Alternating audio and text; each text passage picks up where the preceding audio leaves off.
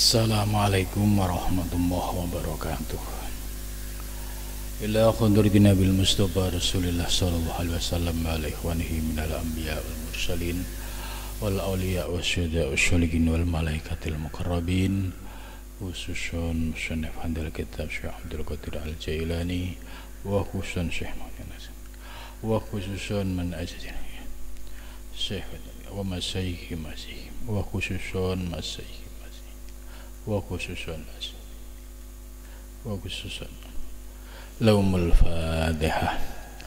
أعوذ بالله من الشيطان الرجيم. بسم الله الرحمن الرحيم.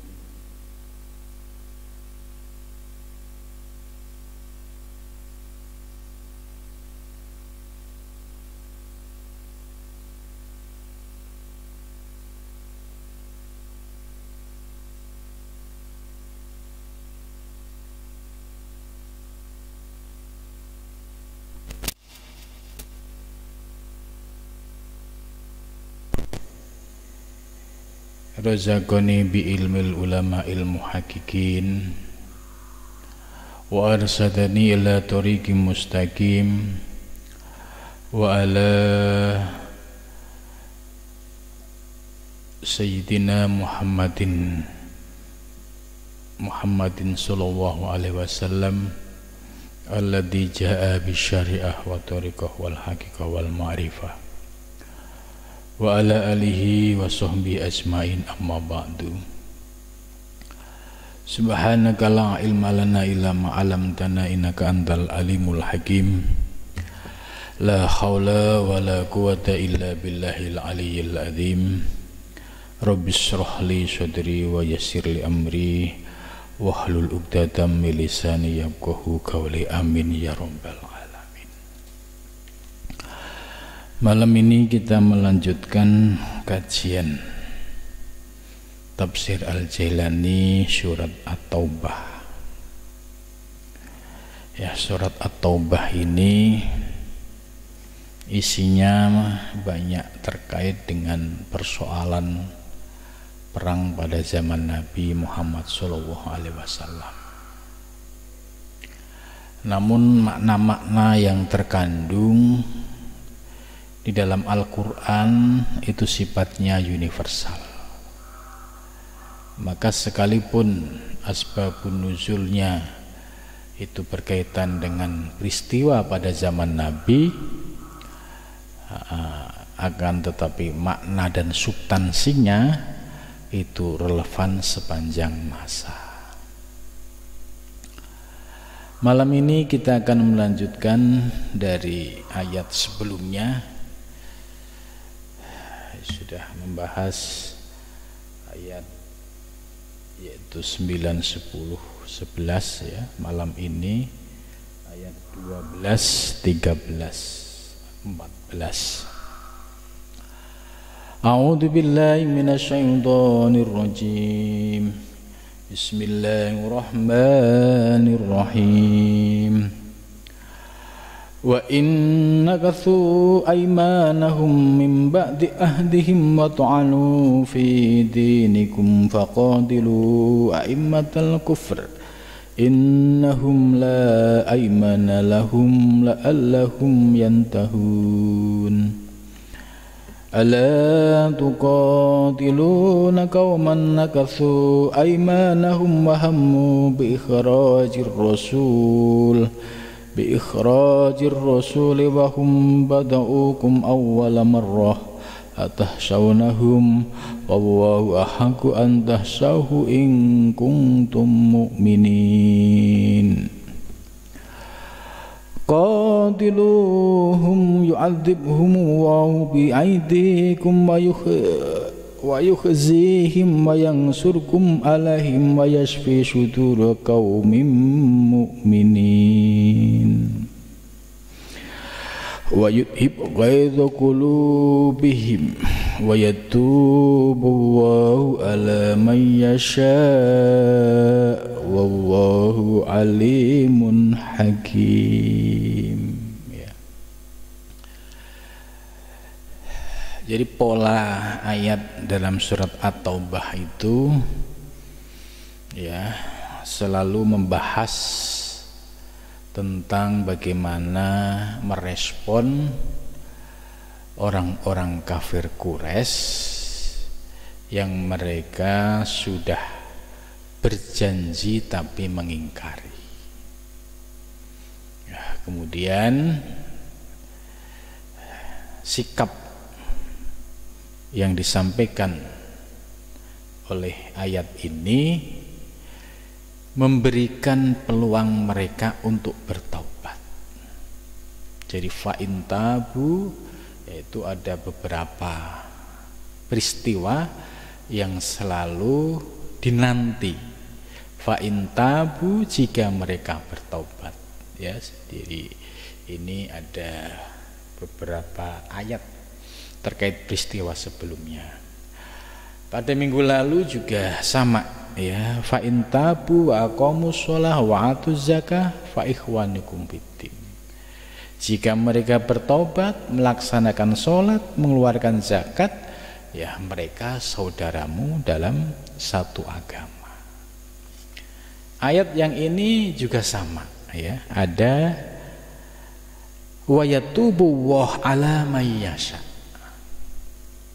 Jadi artinya Allah, ya, memberikan guidance atau petunjuk, ya, bahwa kita sebagai umat Islam suatu ketika bisa tegas, ya, karena melihat mereka tidak berkomitmen, ya, satu saat kita juga bisa memberikan toleransi, dan satu saat juga kita bisa berharap mereka untuk bertaubat, gitu. Jadi artinya selalu ada solusi, ya, kecuali kalau mereka memang, ya, menentang secara terbuka. Nah, itu dianjurkan untuk disikapi secara tegas.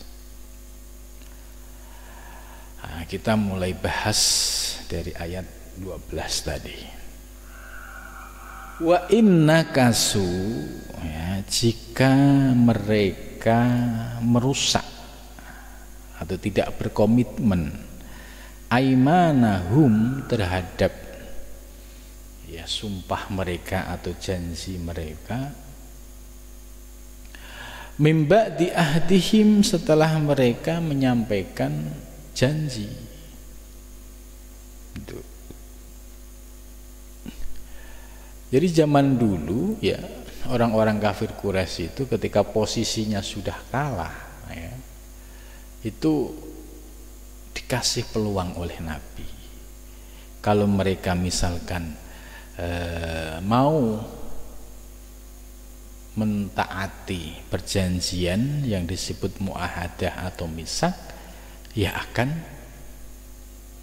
dihormati sikap tersebut. Tapi ternyata dalam ayat-ayat sebelumnya mereka banyak berjanji sebatas di bibir, tapi hatinya mereka selalu menentang. Nah, ini, ya, disuruh untuk mewaspadai.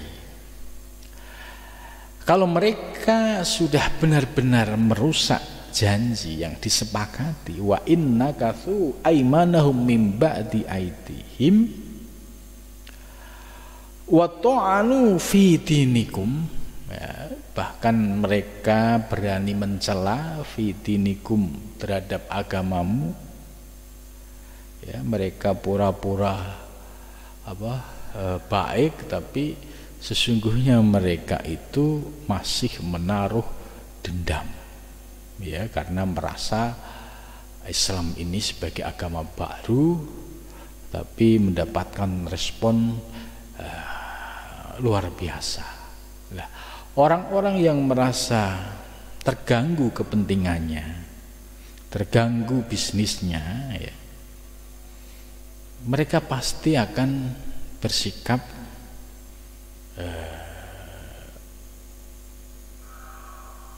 seolah-olah mau berjanji komitmen.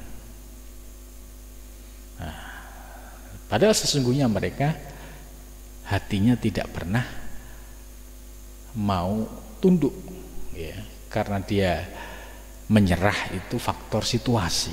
Suatu saat mereka ada kesempatan untuk menyerang balik, pasti akan melakukan hal itu.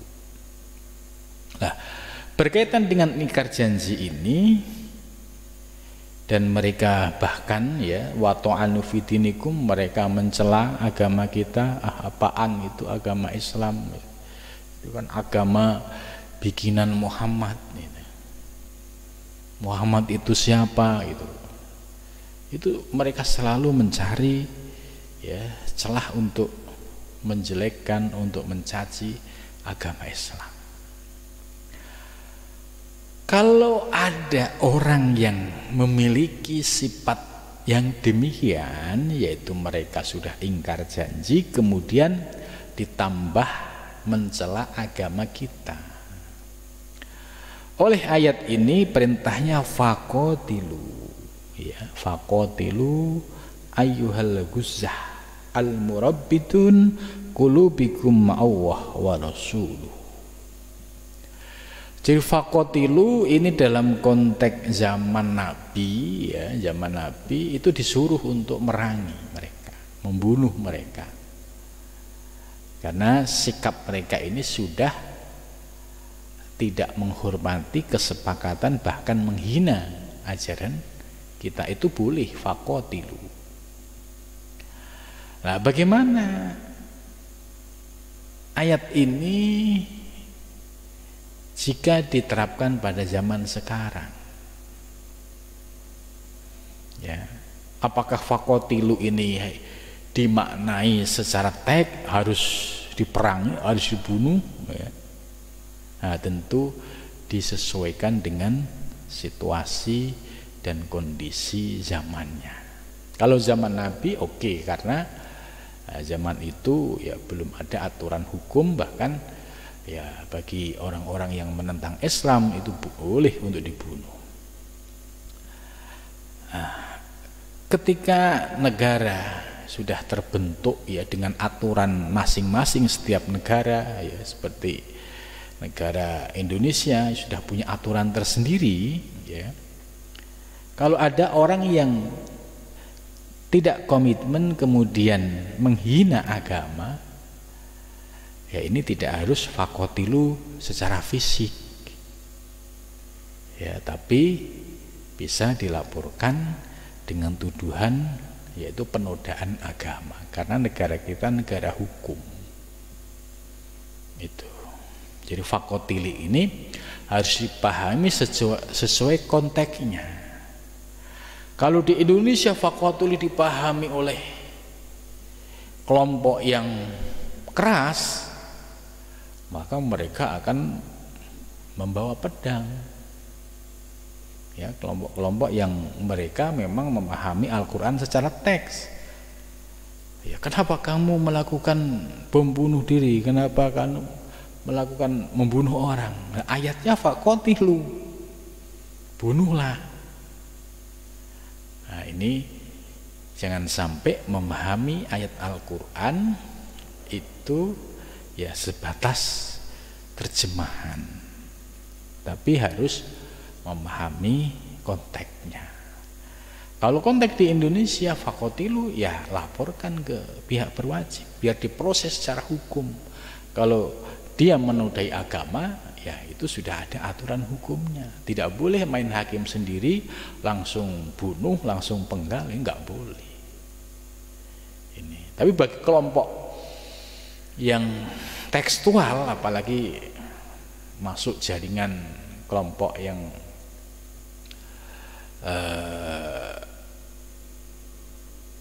keras-keras itu, ya, faqatilu dipahami secara tekstual. Dan ini tentu harus disesuaikan dengan konteks zamannya dan situasinya. Sebab setiap negara ada aturan mainnya. Ya, sekalipun misalkan di Mekah atau di Arab Saudi, misalkan ada orang yang menistakan agama seperti itu bukan berarti setiap individu boleh membunuh, tidak, ada aturannya. Ya dilaporkan kepada pihak berwajib, biar pihak berwajib yang menyelesaikan, ada aturan hukumnya. Soal hukumannya nanti apa, itu terserah dari keputusan hakim. Ya, jadi fakotilu di sini harus dipahami, dimaknai secara kontekstual sehingga tidak menimbulkan persoalan. Kalau kita ngajinya buku terjemah, fakotilu bunuhlah, kemudian ada seseorang melakukan tindakan seperti ini, dasarmu apa? Itu ayat, itu bunyinya begitu. Nah, ini sama saja orang yang di luar Islam yang ketika membaca buku terjemahan faqatilu artinya bunuhlah, kemudian mereka mencela Islam, ya sama saja mereka sama-sama tidak paham dengan ajaran Islam. Itu faqatilu, maka ya perangilah. Jadi dalam tanda kutip perangilah itu bisa melalui lembaga hukum, ya itu juga bagian dari qatilu dalam konteks Indonesia. A'immatal kufri, yaitu pimpinan-pimpinan orang-orang yang ingkar. Ya pasti setiap perilaku yang menentang negara atau perilaku yang provokasi dan sebagainya, itu pasti ada a'immah, ada pemimpinnya, ada tokoh di balik layarnya. Nah ini kejar orang-orang yang berada di balik layar ini, ya. Karena mereka termasuk bagian dari ru'usahum, pemimpin-pemimpin itu. Li'annahum dhalun, mereka adalah orang-orang yang sesat. Kalau pimpinannya sesat, pasti mudillun, dia akan menyesatkan pengikutnya. Maka ini harus hati-hati kalau milih pemimpin dalam konteks ya kelompok atau organisasi. Kalau pimpinan kelompok sudah dzulun, pasti pengikutnya akan menjadi mudillun. Itu.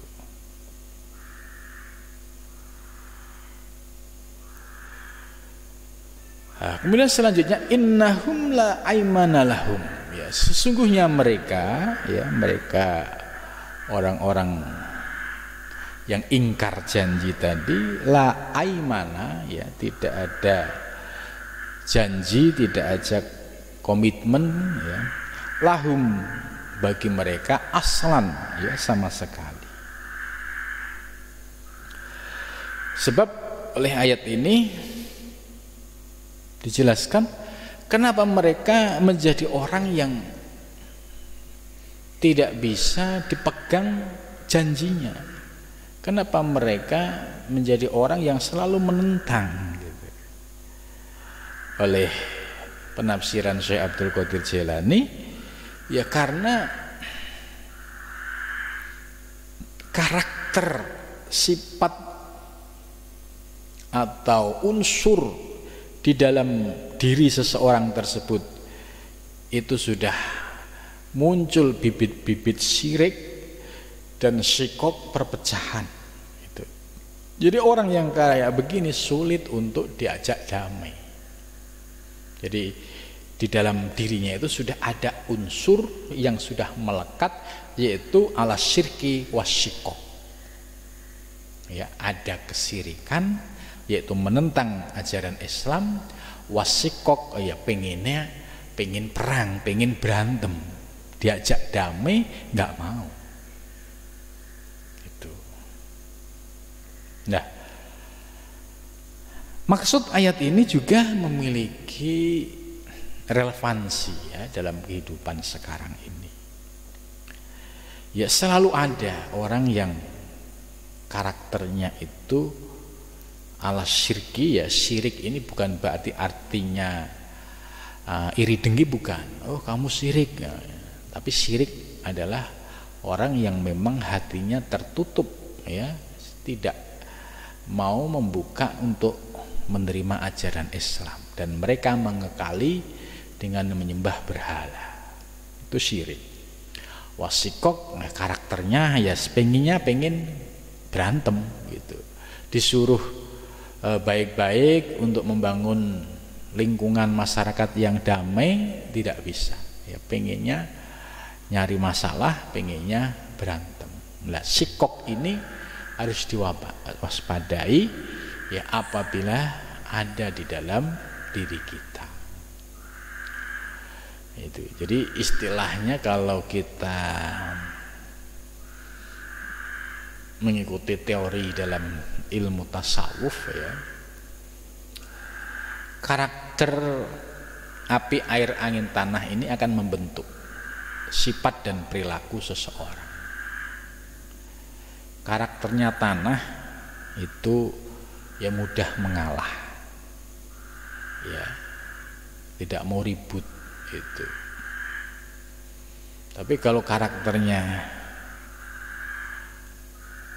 api, ya itu mudah temperamental, ya responsif. Nah, kemudian karakter angin ya itu selalu ya ingin meluap, nggak mau diem. Nah, karakter air ini yang bagus ya, artinya bisa menenteramkan ketika ada perselisihan.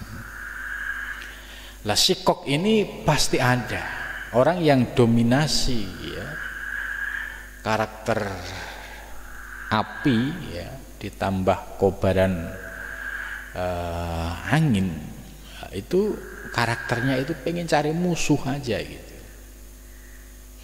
Nah ini harus kita melihat ke dalam diri kita ya, di antara sifat-sifat tersebut kira-kira yang dominan di dalam diri kita itu apa gitu. La'allahum yantahun, la'allahum mudah-mudahan mereka yang tahun ya, diharapkan mereka berhenti. Ini harapan di Al-Quran terhadap orang-orang kafir Quraisy yang memiliki karakter buruk ya, karakternya nentang terhadap ajaran Islam, karakternya pengen berantem, mengajak perang ya, dengan umat Islam. Lah mudah-mudahan mereka ini ya bisa berhenti. Sebab ya mereka termasuk ya orang yang adzullun amma alaihi ru'usahum almudillun ba'dang qiradihi. Itu.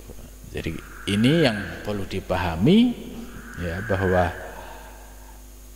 perlu dicari pemimpinnya ya. Kalau pemimpinnya kok ada karakter syirik dan sikok ya, ini yang bahaya. Ini pasti umatnya, pengikutnya akan terombang-ambing.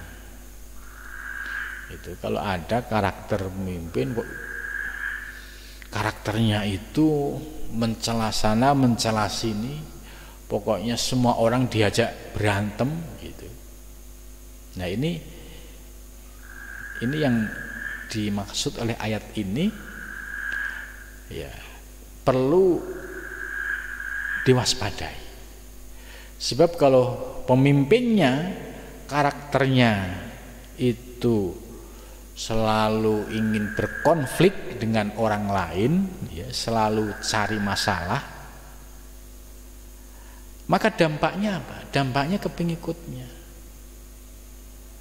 Pemimpinnya sudah salah, kemudian dia ngajak-ngajak pengikutnya. Pengikutnya membabi buta, tidak memiliki sifat yang kritis. Oh ini pimpinan saya ini salah, ya harus diluruskan.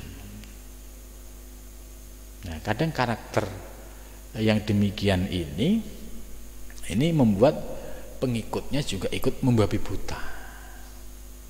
Nah, oleh ayat ini dijelaskan kalau ada pemimpin yang demikian ya pemimpinnya dulu ini yang perlu diselesaikan. Sebab kalau pemimpinnya bisa diselesaikan, pasti pengikutnya akan nurut gitu. Kalau pemimpinnya bisa ditangkap, pasti yang lainnya akan ngikut gitu. Ini teori dalam Al-Quran ini cukup ya bagus sekali ketika ya terjadi di tengah masyarakat itu yaitu ada konflik-konflik ya antar kelompok yang mana kelompok ini ya mereka tidak mengikuti aturan atau mereka mengingkari komitmen bersama. Maka a'immatul kufri, pemimpin ini nih ya bisa diciduk, bisa diambil sebab ini akan bisa menyelesaikan masalah sehingga para pengikutnya itu bisa berpikir secara jernih. Innahum la aimanalhum la'allahum yantahun, itu mudah-mudahan mereka itu berhenti itu artinya punya kesadaran, oh iya yang dilakukan oleh pemimpin saya salah, oh berarti saya harus bersikap secara bijak gitu ya. Jadi ternyata ayat ini maknanya universal. Jadi kalau kita lihat peristiwanya itu peristiwa pada zaman Nabi, tapi makna yang dijelaskan dalam ayat ini memiliki relevansi dengan kondisi sosial ya, di zaman sekarang. Terus ayat berikutnya, alla tuqatiluhum kauman nakatsu aymanahum. Alla tuqatiluna, ya, janganlah kamu membunuh kauman satu kaum nakasu yang mereka ingkar aimanahum terhadap sumpahnya atau janjinya.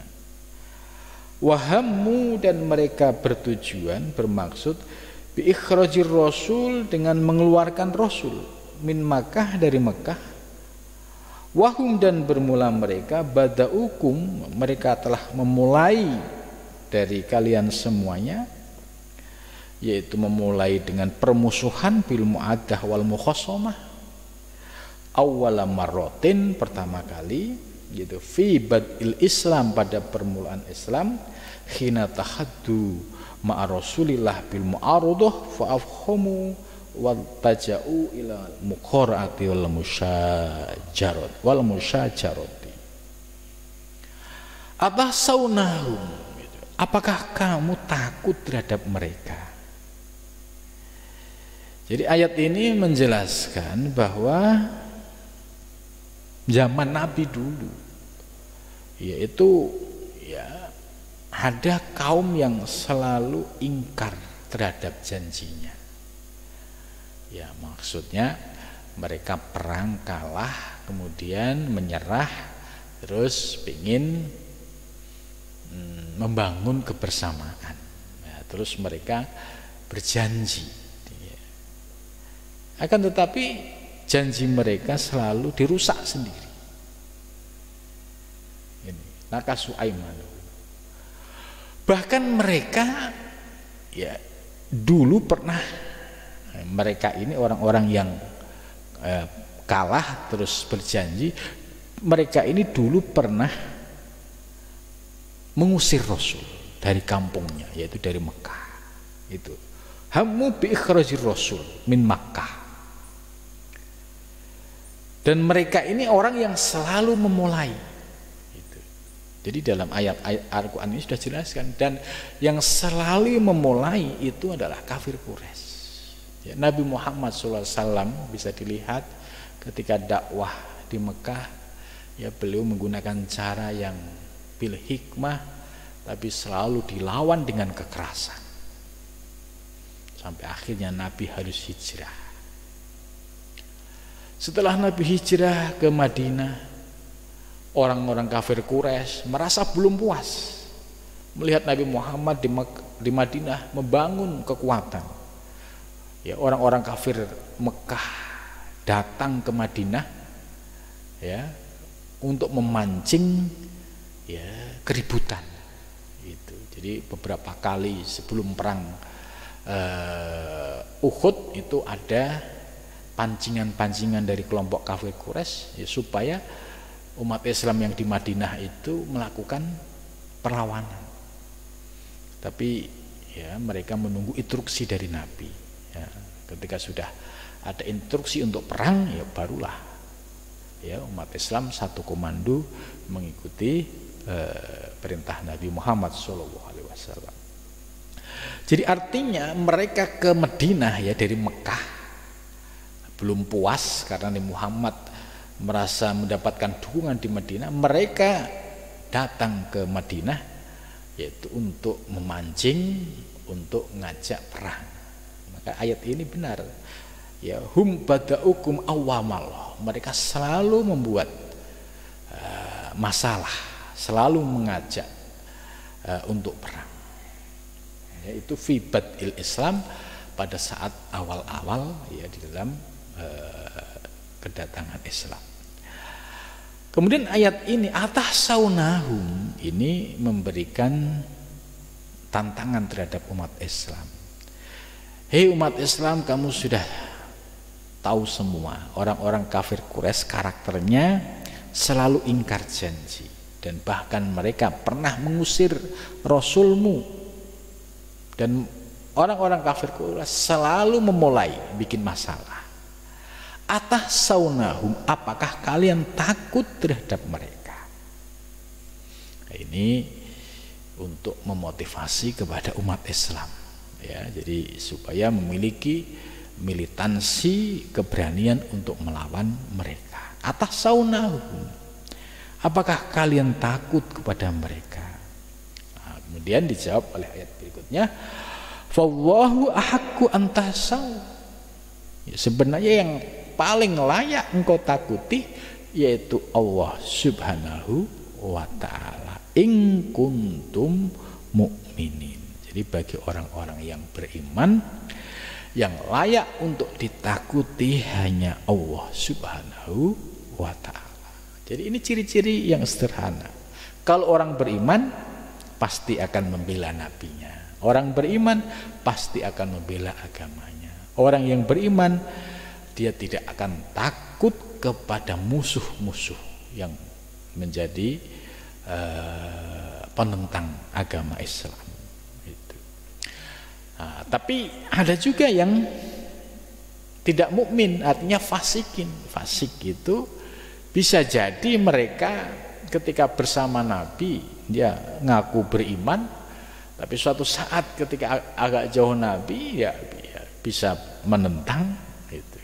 Ya, orang-orang yang hatinya masih ada keraguan ini selalu naik turun.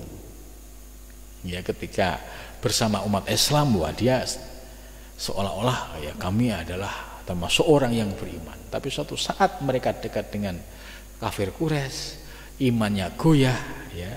Kemudian mereka ada ketakutan terhadap kafir Quraisy. Nah, ini perbedaannya. Maka di sini in kuntum mukminin, jika kalian benar-benar menjadi orang yang mukmin, itu tidak ada yang ditakuti kecuali Allah Subhanahu wa ta'ala. Selain Allah ya tidak ada yang ditakuti. Ya. Nah, makna ayat ini ya dalam kehidupan zaman sekarang ini juga penting sekali. Ya, dalam dunia modern seperti ini pasti ya godaan-godaan keimanan ya itu juga sama seperti pada zaman Nabi. Kalau zaman Nabi godaan keimanan ya kafir Quraisy, jelas siapa musuhnya. Tapi di zaman sekarang ini ya, ketika umat Islam sudah mayoritas ya, kemudian di dalam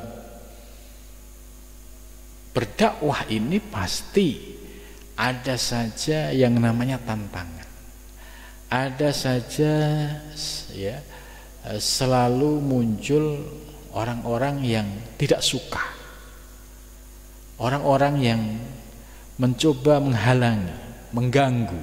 Ya. Ini. Lah, sikap kita dengan ayat ini ya menjadi kokoh ya, kita diberikan sebuah spirit atahsaunahu, apakah kalian takut dengan orang-orang yang mengganggu dakwah, dengan orang-orang yang menghalangi dakwah, dengan orang-orang yang selalu memainkan dakwah? Apakah takut mereka? Dijawab tidak. Ya, kami lebih takut kepada Allah Subhanahu wa taala. Ini sebagai komitmen keimanan kita kepada Allah. Jadi bagi orang yang ya imannya masih ada keraguan, ya pasti naik turun gitu. Ayat berikutnya, qatiluhum yu'adzibhumullah bi'aidikum. Qatiluhum, ya,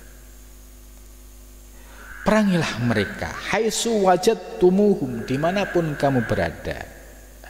Fa innakum mansuruna alaihim, sesungguhnya kamu adalah orang-orang yang mendapatkan pertolongan.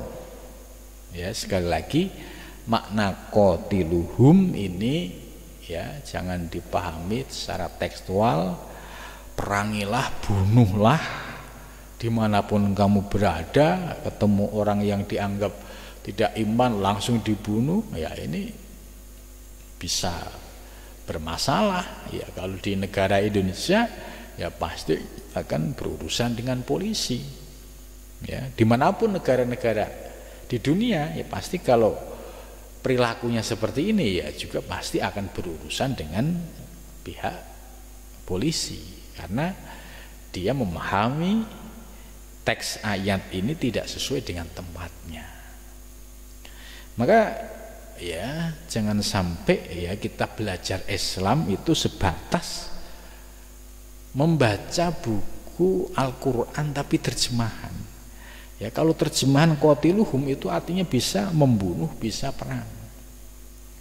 Ya kalau ini dipraktekkan benar, wah berarti boleh membunuh orang ya gitu. Ini dasarnya apa? Ini ayat ini. Ya, padahal untuk bisa memahami maksud dari ayat ini ya harus memiliki kelengkapan ya perangkat ilmu. Ya. Itu jadi tidak boleh membaca secara teks kemudian dipahami secara tekstual juga. Ini justru akan menimbulkan masalah. Yu'adzibhumullah, ya yu'adzibhum, akan menyiksa mereka siapa Allah biaidikum, dengan tangan-tanganmu. Ini maksudnya bahwa Allah akan memberikan kemenangan terhadap kita, yaitu orang-orang yang mau berjuang menegakkan li'ilah kalimatillah. Dan orang-orang yang memusuhi ya, orang-orang yang memusuhi dakwah pasti akan dikalahkan, karena orang-orang yang berjuang membela agama Allah pasti ditolong oleh Allah. Ini janji Allah. Jadi kalau kita sudah berada di jalan dakwah, di jalan perjuangan li'ilahi kalimatillah, jangan pernah ragu, karena apapun yang kita hadapi pasti akan ditolong oleh Allah Subhanahu wa taala. Jadi tidak perlu ragu. Sebaliknya orang yang mengganggu dakwah itu pasti akan digulung, ya akan dikalahkan oleh kekuatan kita. Ya kita diberi kekuatan oleh Allah untuk mengalahkan orang-orang yang menentang dakwah gitu. Maka ayat ini menjadi ya inspirasi atau penguatan semangat kita di dalam dakwah. Kalau kita dakwahnya mengajak kebaikan, ya mengajak orang untuk kembali kepada jalan Allah, maka jangan pernah ragu. Ya, sebab Allah yang akan memberikan pertolongan. Dan orang-orang yang mengganggu pasti akan dikalahkan. Pasti mereka akan ya runtuh sendiri dengan sendirinya. Itu. Jadi yu'adzibullah bi'aidihim bi anwali adab. Ya, mereka akan menerima berbagai macam adab. Ya, adab itu siksa. Ya macam-macam cara Allah untuk menunjukkan murkanya terhadap orang-orang yang menentang dakwah itu. Wa yuhzihim, dan Allah akan menghinakan mereka. Ini. Jadi kita harus memiliki semangat yang kuat, ya, tahan banting, ya, memiliki prinsip yang kokoh, tidak mudah menyerah, ya. Karena Allah akan memberikan pertolongan. Sebaliknya orang yang mengganggu itu akan, ya, diruntuhkan oleh Allah, akan dikalahkan oleh Allah, dan akan dihinakan oleh Allah. Wa yansurkum, ini, dan Allah akan memberikan pertolongan kepadamu. Alaihim, atas mereka, wa yashfi, dan Allah akan membukakan, ya, suduro kaumin, hatinya kaum mukminina, yaitu orang-orang yang mukmin. Ya, Allah akan membukakan, ya, hatinya dengan menjadi kokoh keyakinannya, menjadi terbuka hatinya. Nah, ini sebagai bentuk penguatan aspek spiritualitas, ya, bagi orang-orang yang istiqomah dan konsisten di jalan Allah. Wa yudhib ghaidha qulubihim, wa yudhib, dan hilangkan ghaidha qulubihim, yaitu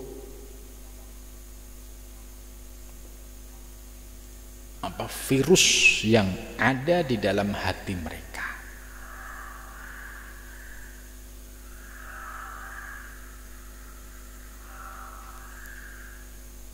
Ai fi qulubi haula'il ghuraba al-mu'minin alladzina taraku autonahum li hubbi dinil Islam min istilahil kufar wa kasrati adatihim wa ududihim wa wajahihim wa malihim. Wa yatubu, ya, dan Allah akan menerima taubat alaman, atas orang yasha, yang berkehendak siapa Allah. Ini, ya, dari penjelasan di atas, Allah selalu membuka pintu taubatnya. Ya, ini artinya bagi orang-orang yang awalnya menentang dakwah Nabi, ya, dalam konteks Nabi, awalnya menentang, kemudian lama-lama, ya, punya kesadaran, terus akhirnya bertaubat, Allah akan menerima taubatnya. Ya, begitu juga di zaman sekarang. Misalkan ada orang yang tidak suka dakwah Islam, ya, dakwah menegakkan kalimat Allah, mereka selalu mencari upaya supaya dakwah ini tidak bisa dilanjutkan atau dihalangi, ya. Kemudian satu ketika muncul kesadaran untuk bertaubat. Nah, melihat kondisi orang yang demikian, ya, ketika sudah muncul kesadaran ingin bertaubat, wa yatubu, Allah tetap menerima taubat mereka ala mayyasha, ya, wallahu, dan bermula Allah alimun, maha bijaksana. Jadi Allah ini oleh Syekh Abdul Qadir dijelaskan al-mutli, yang melihat lidzoma iri ibadihi, terhadap segala hal yang disimpan oleh hamba-hambanya.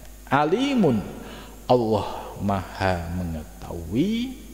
Mengetahui apa? Mengetahui segala yang tersimpan di dalam hati, terutama amradu qulubihim, yaitu penyakit-penyakit di dalam hatinya.